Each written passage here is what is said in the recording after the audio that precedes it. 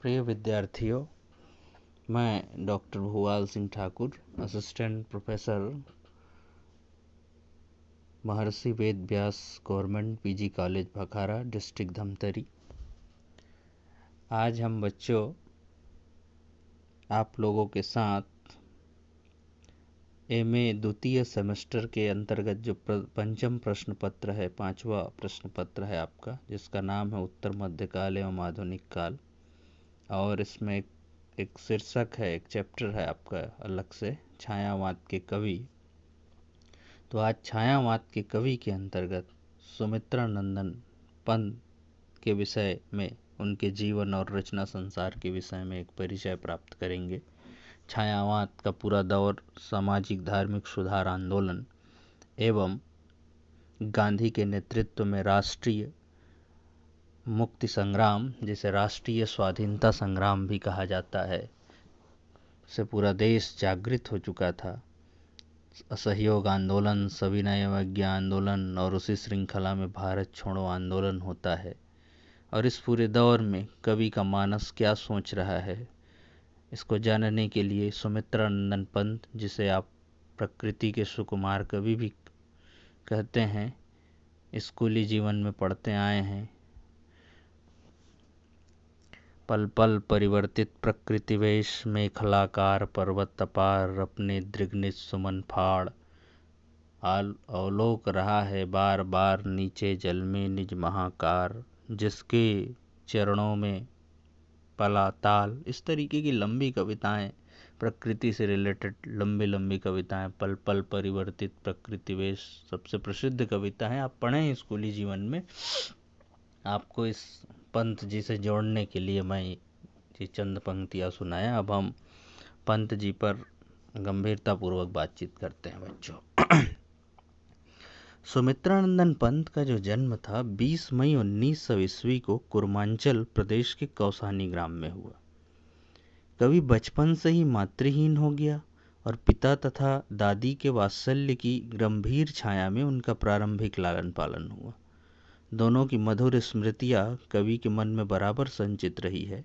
आत्मिका वाणी संकलन की एक प्रमुख कविता और 60 वर्ष से एक रेखांकन में कवि ने अपने बाल जीवन के प्राकृतिक और मानवीय वातावरण का बड़ा सुंदर और रोचक चित्र उपस्थित किया है।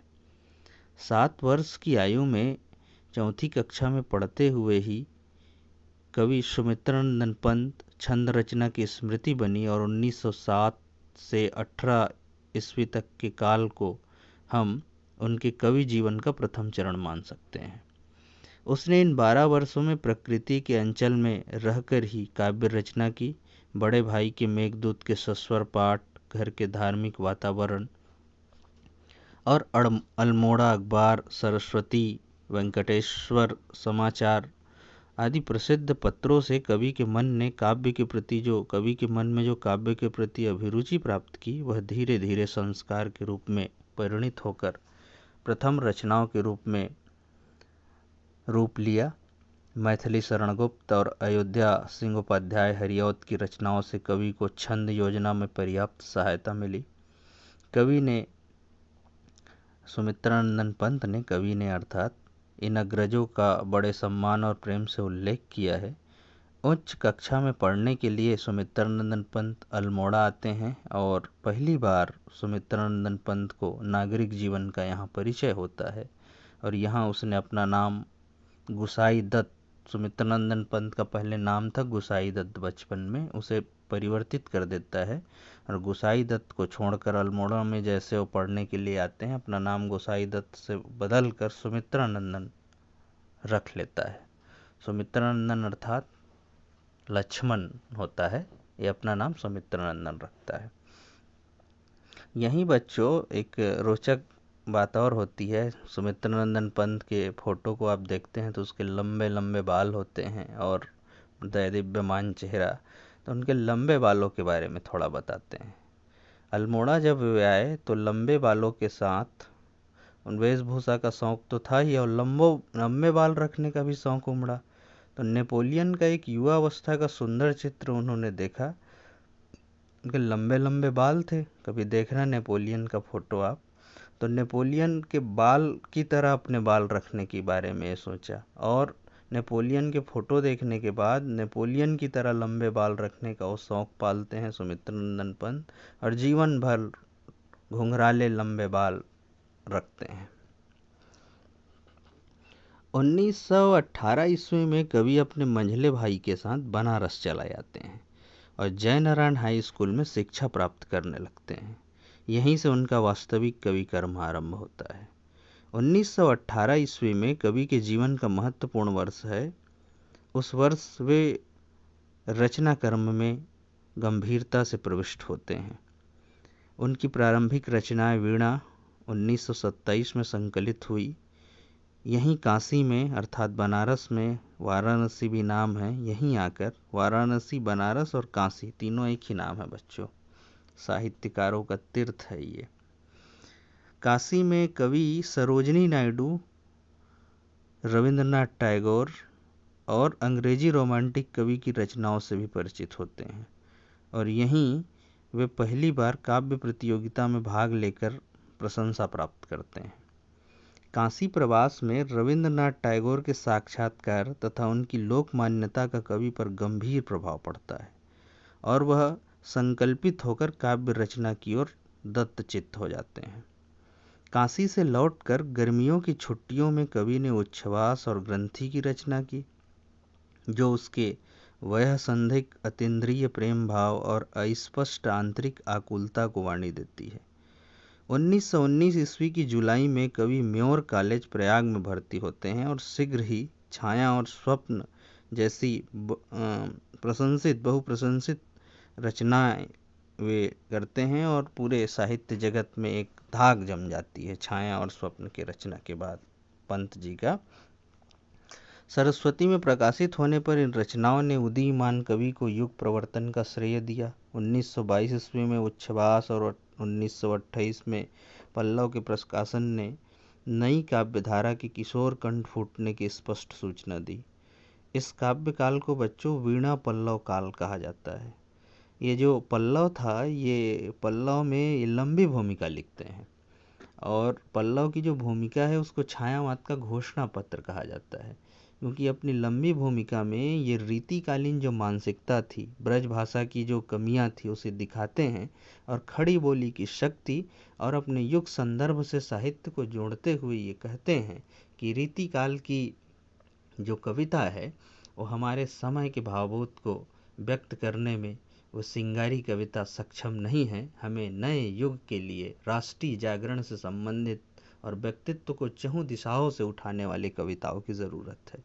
तो पल्लव की भूमिका जो है छायावाद का घोषणा पत्र है, उसमें ये सारी बातें आती हैं। सन 1921 ईस्वी में कवि ने अपने मंझले भाई के कहने पर कॉलेज छोड़ दिया, परंतु अपनी कोमल प्रकृति के कारण वह सक्रिय रूप से सत्याग्रह आंदोलन में भाग नहीं ले सका। जो असहयोग आंदोलन हुआ उसके कारण उसमें भाग लेने के लिए ये कॉलेज छोड़ देते हैं। अपने नए जीवन में एकांत चिंतन और गंभीर अध्ययन के द्वारा उसने शिक्षा की कमी को पूरा किया। फिर स्वाध्याय करने लगते हैं कॉलेज छोड़ने के बाद, और भीतर और बाहर का अकेलापन उसकी गुंजन की कविताओं में फिर से स्पष्ट रूप से मुखरित होता है। 1932 ईस्वी में गुंजन के प्रकाशन के साथ कवि की काव्य साधना का नया पक्ष उद्घाटित होता है, जो प्रकृति और मानव सौंदर्य के प्रति नवीन उन्मेष के साथ मानव के प्रति उसकी मंगल कामना और नवीन कला चेतना की सूचना देता है। सन 1931 ईस्वी में कवि काला कांकर चला गया, एक जगह है काला कांकर, वहाँ आ जाते हैं वो इलाहाबाद से, और वहीं उसकी युवावस्था के सर्वश्रेष्ठ वर्ष सन 1930 से सन 1940 तक वानप्रस्थ स्थिति में वे ज्ञान साधना करते हैं, पशु पक्षियों के साथ रहते हैं और एक एकांत साधना के साथ साहित्य सेवा में रत हो जाते हैं। यहीं रहते हुए काला कांकर में बच्चों उसने ज्योत्सना जैसे मनहकल्प की सृष्टि की। एक रचना है ज्योत्सना, जो उनकी केंद्रीय रचना मानी जा सकती है। गांधीवादी और मार्क्सवादी विचारधारा को लेकर नवीन जीवन तंत्र के संबंध में कवि का अंतः संघर्ष भी इन्हीं दिनों की चीज है। युगांत से ग्राम्या तक इस संघर्ष की गूंज स्पष्ट सुनाई देती है।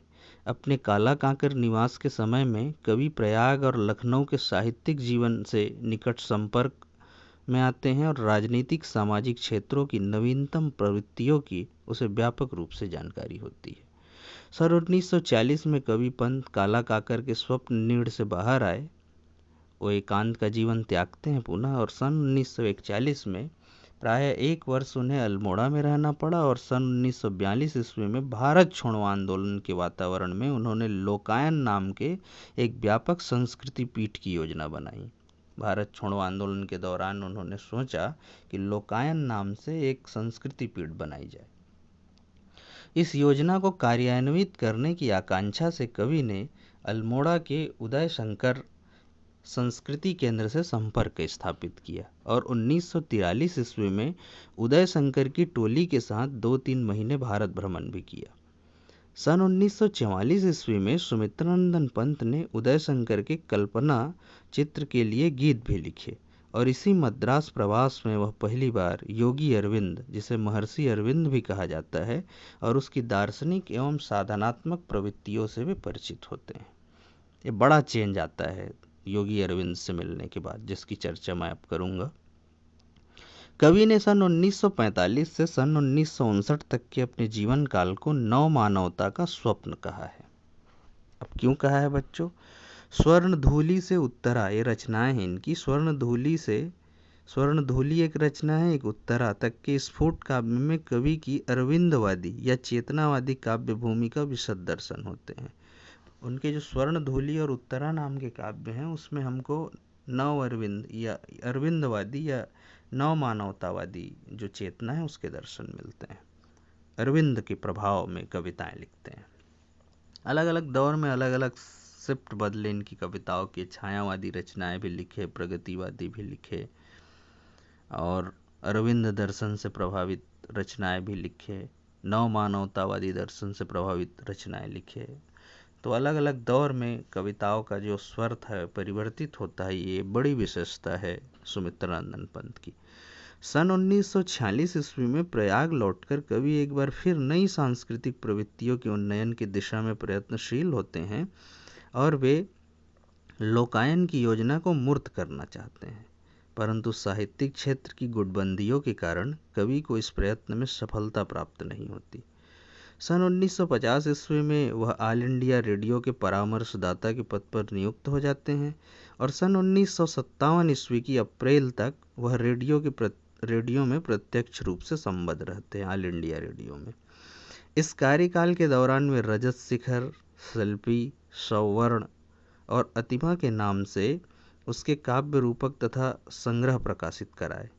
उनमें कुल मिलाकर 13 काव्य रूपक वे लिखते हैं। अतिमा में रूपकों के अतिरिक्त सन 1954 की स्फुट रचनाएं भी संकलित हैं। कवि का नवीन संग्रह कला और बूढ़ा चांद सन 1958 की प्रसिद्ध रचनाओं का संग्रह है, जिसे 1961 में साहित्य अकादमी पुरस्कार से नवाजा गया बच्चों। और ये एक और रचना लिखे चिदम्बरा, और इस चिदम्बरा नाम की रचना में इनको ज्ञानपीठ पुरस्कार मिला। पंत की जो रचनाओं का जो उल्लेख है वो इस प्रकार है, मैं क्रम सहित आपको बताता हूँ, ये परीक्षोपयोगी भी है आपके लिए। जो 20 प्रश्न आते हैं एक एक नंबर के, उसमें बहुत काम के हैं। यहाँ का जो सिलेबस है पाठ्यक्रम छत्तीसगढ़ का, उस लिहाज से काव्य को पहले देखते हैं। काव्य में पल्लव 1926, प्रकाशन वर्ष भी मैं बताते जाता हूँ। पल्लव 1926, वीणा 1927, गुंजन 1932, युगांत 1936, युगवाणी 1939, ग्राम्या 1940, स्वर्ण किरण 1947, स्वर्ण धूलि 1947, युगपत 1949, उत्तरा 1949, अतिमा 1955, वाणी 1958, कला और बूढ़ा चांद 1959, लोकायतन 1964 और इसी साल, इसके बाद के साल सत्यकाम नाम की एक रचना आती है, एक काव्य, उस 1975 में। ये हुए उनके प्रमुख काव्य। नाटक तथा काव्य नाटक की जब हम बात करें इनके पंत जी के, तो ज्योत्सना एक काव्य नाटक है 1934 में आया, फिर रजत शिखर 1952, शिल्पी 1952, इसके साथ वे उपन्यास भी लिखे। हार 1916-17 में, जो लिख लिए थे उस शुरुआती चरणों में ही, लेकिन उसका प्रकाशन 1960 में हुआ बच्चों। इनकी पांच कहानियां नाम से कहानी संग्रह आई 1936 में। ये आलोचना की भी कुछ किताबें लिखी हैं। छायावादी काव्य आंदोलन को दुनिया के सामने रखने के लिए कुछ मौजू किताबें इन्होंने लिखी आलोचना की। गद्यपथ 1953, शिल्प और दर्शन 1961, छायावाद पुनर्मूल्यांकन 1965, और अपनी आत्मकथा भी इन्होंने लिखी है। स्वयं के जीवन को सबके सामने रख दिया है। ये आत्मकथा का नाम है 60 वर्ष से एक रेखांकन। ये 1960 में इन्होंने लिखा। कुल मिला के ये कहा जा सकता है बच्चों कि पंत का संपूर्ण जो कृतित्व है हिंदी साहित्य की आधुनिक चेतना का प्रतीक है, जो इहलौकिक जीवन मूल्यों के निर्माण की योर, इहलौकिक मतलब पारलौकिक, ऐसा चीज़ जो दुनिया में देखा ही नहीं है, ईश्वर की बात ना करके ये ऐसी चीज़ों की बात किया जिसको हम देख सकते हैं, महसूस कर सकते हैं, उसे इहलौकिक कहते हैं। तो इहलौकिक जीवन मूल्यों के निर्माण की ओर अग्रसर है इनकी रचनाएं, और ये पारलौकिक चीज़ों की चिंता और आध्यात्मिक साधना को लक्ष्य नहीं मानते। यह श्रेय की बात है बच्चों कि युग धर्म के भौतिक, सामाजिक और नैतिक पहलुओं के साथ पंत का काव्य आध्यात्मिक चेतना के सूत्र भी समानांतर लेकर चलता है, और इस प्रकार उनका जीवन चिंतन एकांगी ना होकर संतुलित और परिपूर्ण बन जाता है। ये आध्यात्म जो कह रहे हैं वो धार्मिक उस तरीके से नहीं है जिस तरीके से प्रारंभिक ढंग से लोग सोचते हैं। ये उस तरीके के है, उस तरीके का अध्यात्म है जो जीवन को संपूर्णता देता है। अरविंद दर्शन के बाद ये अध्यात्म की ओर आए, जिसकी चर्चा स्वतंत्र रूप से की जाएगी कोई अलग क्लास में। जो अरविंद दर्शन है उस पे, उसका जो अध्यात्म का रूप है वो अलग है, वो धार्मिक जो रूप है साधारण अर्थ लेते हैं उससे अलग है, अरविंद दर्शन से प्रभावित है।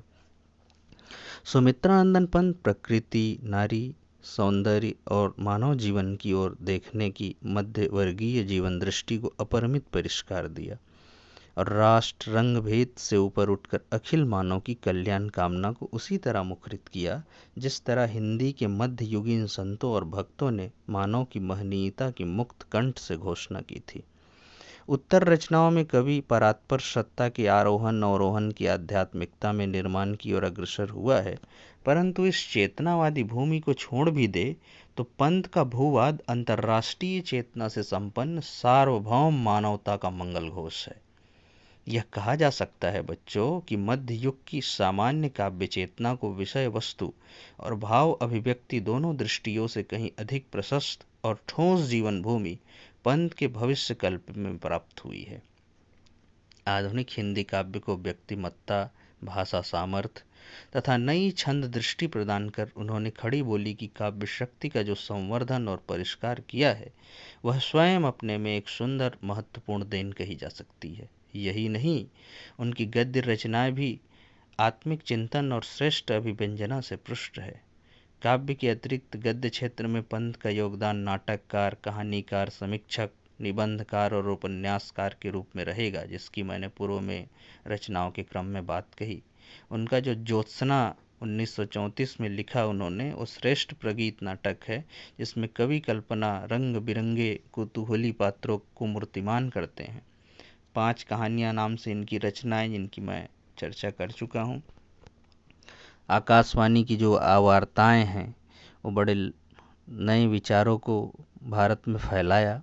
इस प्रकार देखते हैं कि साहित्य की अनेक दिशाओं को छूने का प्रयास पंत के मूलगत कवि व्यक्तित्व का ही प्रसार है, क्योंकि काव्य ही उनके अंतस का सबसे प्रौढ़ और सशक्त अभिव्यक्ति थी।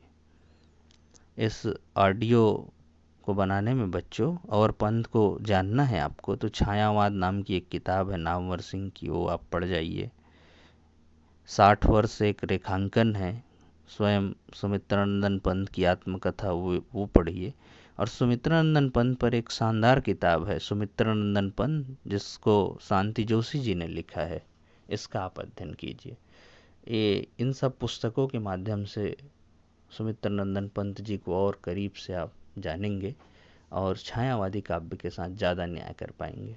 धन्यवाद।